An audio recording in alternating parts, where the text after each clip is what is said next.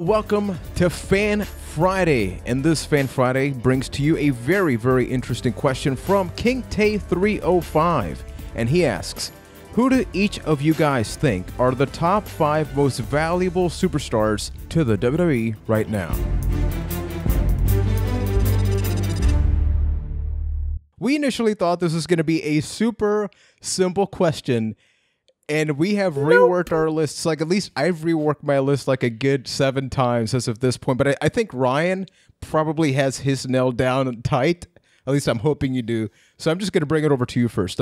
Who are the most top 5 valuable people in WWE right now for you? The way I kind of looked at most valuable, like value can be defined in a lot of ways, whether they get mainstream attention or they are valuable for retaining the current audience. Like, I took into a lot of factors. So I give a little justification for each. I'm going to put an honorable mention that my number 6 would actually be Braun Strowman, because I think this guy is really, like, you know, he's really on fire right now. He's found a way to connect with the audience, and I think he has the potential moving forward to be like Roman Reigns, who is going to be, you know, the new figurehead for WWE. He could be his best rival. He could kind of be the Joker to Roman's Batman. So I see a lot of potential with him. So he gets the number 6 honorable mention. Number 5 for me is Alexa Bliss. I think she has the potential to be the most valuable woman in WWE. She's really taken off and surprised a lot of people.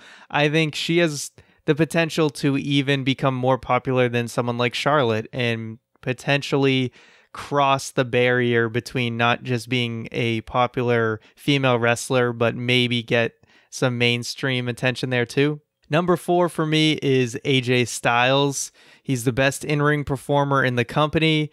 He is vital to especially the hardcore fans, but he's very popular amongst casual fans as well. He just always delivers and is someone you can count on for just being a great performer, putting on great matches, and really emphasizing the best part of WWE's in-ring stuff. At number 3, I have Brock Lesnar. Even though there's not too much mileage left for Brock, he is still valuable in the way that he gets people talking outside of the regular WWE fan base. He brings in the super casuals that only watch every once in a while, and that is an important factor. He's good for network subs around WrestleMania and other big 4 pay-per-view times, so there's still value there. For me, number 2 is John Cena. Even though he's winding down himself, John Cena is really just becoming very popular in the mainstream, which helps get more eyes on WWE. And anytime he always brings in TV ratings and probably network subs and all of that. So I think he's still very valuable to the company, even though he is becoming more of a part-timer. He can still kind of take on like a Shawn Michaels schedule while he was winding down and still bring a lot of attention to WWE and help build the new stars. So a lot of people aren't going to like my number 1, but it is Roman Reigns, because he is the long-term investment. Whether people like it or not, he is the most valuable because he is the guy. He is a young guy who is going to be the figurehead for the company for a very long time. So think of, this is 2004. This is John Cena. He's your most valuable guy because this is the guy you're buying into, and he's going to be the guy to basically be the player for your company for the next decade plus. So that is why Roman Reigns, to me, is the most valuable. Digging your list, it's very different from mine, but now I want to take it over to Mr. Keith. All right. Yeah, that was a good list. I'm going to reference a lot of your points, especially where we overlap, because I do think you hit it. But I did not do an honorable mention because making 5 of these was hard enough. I did not want to even bother tackling a 6. But my number 5 is Braun Strowman, as I think, like Ryan mentioned, he's the perfect Joker to Roman Reigns as Batman. And you finally got this giant man, like the monster that Vince McMahon has been trying to build for years with people like Snitsky, in a weird way, Brodus Clay, even though he never ended up doing that. The list goes on, and they just never worked. And then finally Braun Strowman comes around, and it works. And I think he's worth a lot in the WWE because of that. It's a long time coming. I would say, who is the last successful big guy to play that character? Because not even the Big Show did. I guess Kane. That's an excellent topic, yeah. Would be the last one, but Braun did it, and I think the only place he can go is up. Number 4 for me is Chris Jericho. Because he does amazing work in the ring, some of the best of his career at this point. He's a catchphrase machine. He's just... The list has become one of like the top memes of the year and all of that. And not only that, but he has talk as Jericho as well. And I think that adds a lot to the WWE product, where now you have this platform for superstars to come on and really just tell their own stories. And like, you get to know the superstars. You have... or whatchamacallit, oh my god, I can't believe I'm blanking on this. The Talking Shop, that's it, where it basically, that is the value of somebody like Anderson and Gallows right now. Ganderson. That's their team. Their team Ganderson. If you didn't have Talking Shop, I think the look of the club would be very different. And that's just one example of the superstars that Jericho has shot up with his podcast.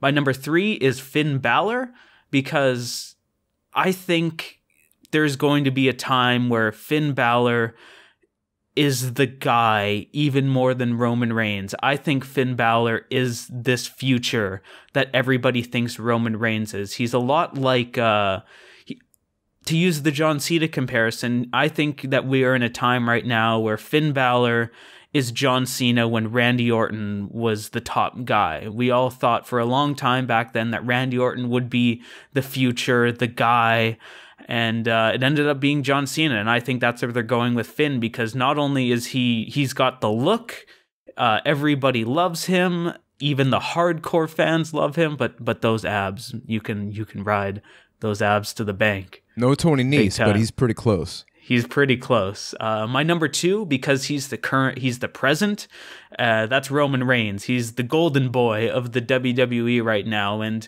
I would say that even though he's in that John Cena spot that everybody puts him in, he's better than John Cena was when he was on the rise, because he sells all the merchandise to the same people that Cena did, the kids and the wives, but people can't hate Roman the way that they hated John Cena, because even though you can boo Roman Reigns, you can hate the fact that the machine is behind him and all of that, you cannot deny that Roman Reigns still has great matches when push comes to shove. I would argue that he is in the best feud of this year by a mile with Braun Strowman, and when you look at that, it's really hard to hate Reigns after a while. You're almost like you're fighting the system just for the sake of fighting it. You're not fighting Roman Reigns anymore. And I think he is the top guy in the WWE right now, with the exception of my number 1, which is AJ Styles.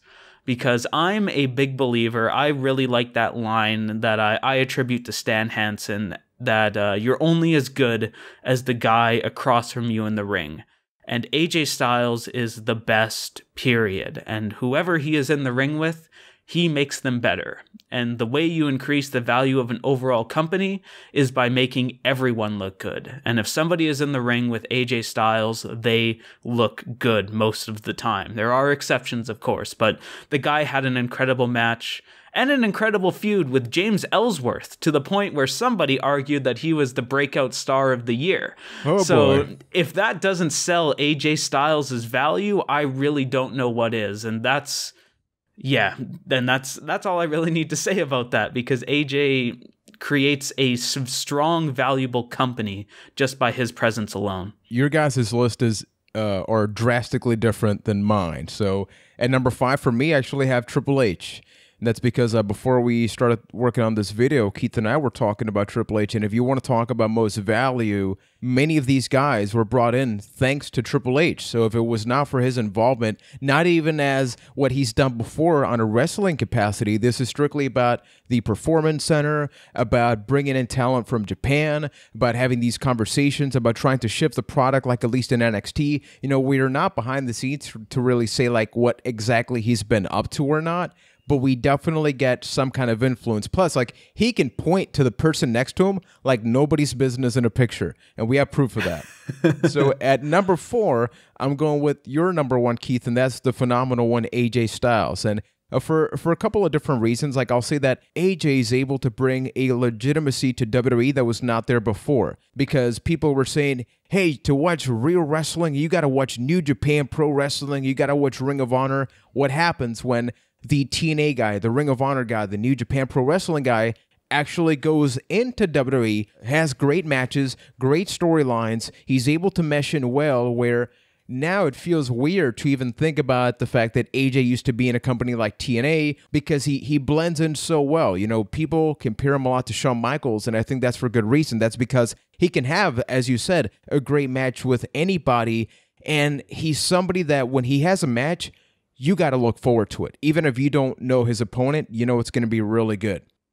So number 3, I'm going to go with Sasha Banks. And with Sasha Banks, I'm not necessarily a huge fan of what's happening right now from a character standpoint, but never forget that if it was not for the 4 horsewomen in NXT, we wouldn't be getting a lot of the awesome things that are happening right now with the women's movement.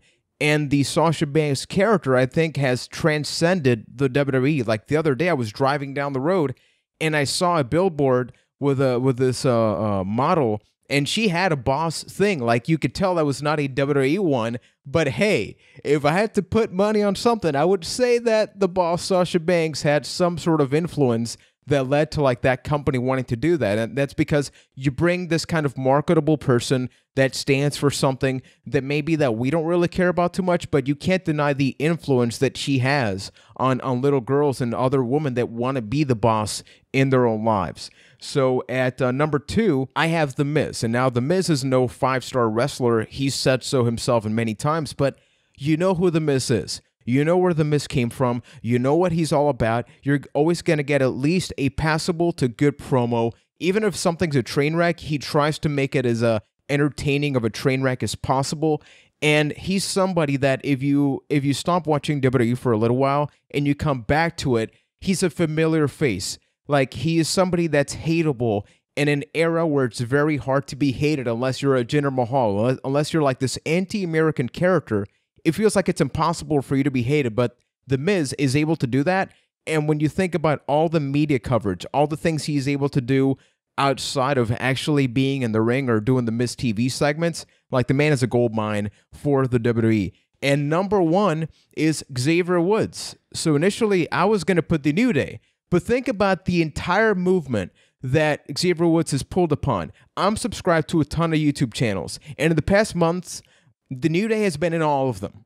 In Good Mythical Morning and all these gaming channels who talk about up, up, down, down. They're able to bridge the gap between gamers and wrestling fans. He's been able to be on TV shows. He's changed the perspective of wrestling fans, of wrestlers, of wrestling culture. Like, in how many interviews has he said, hey, now we just like to play games backstage. Like, we don't like to do like all these bad things that used to happen back in the day. So you're able to get all of these crazy things. Like, they've been able to get New Day cereal boxes. Like, when did you think that would actually happen? Actual edible cereal. And that's all thanks to the New Day. But if you had to tell me, like, out of the 3 of them, who's the one that really made it happen?